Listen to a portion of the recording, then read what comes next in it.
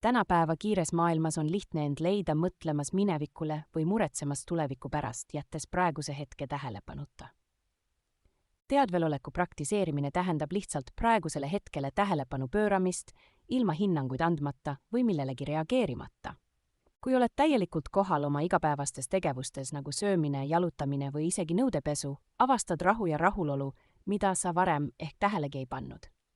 Teadvelolek vähendab stressi ja ärevust, aidates sul hinnata elu imesid, mida sind ümbritsevad. Praktiseeri 5 minutit päevas teadlikku hingamist.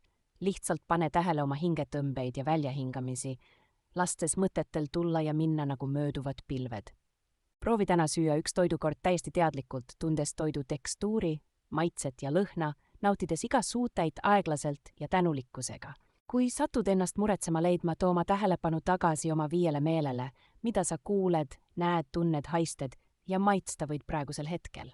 Kirjuta õhtul üles 3 asja, mille eest oled tänulik. See suunab su tähelepanu positiivsele ja aitab luua tänutunde harjumust.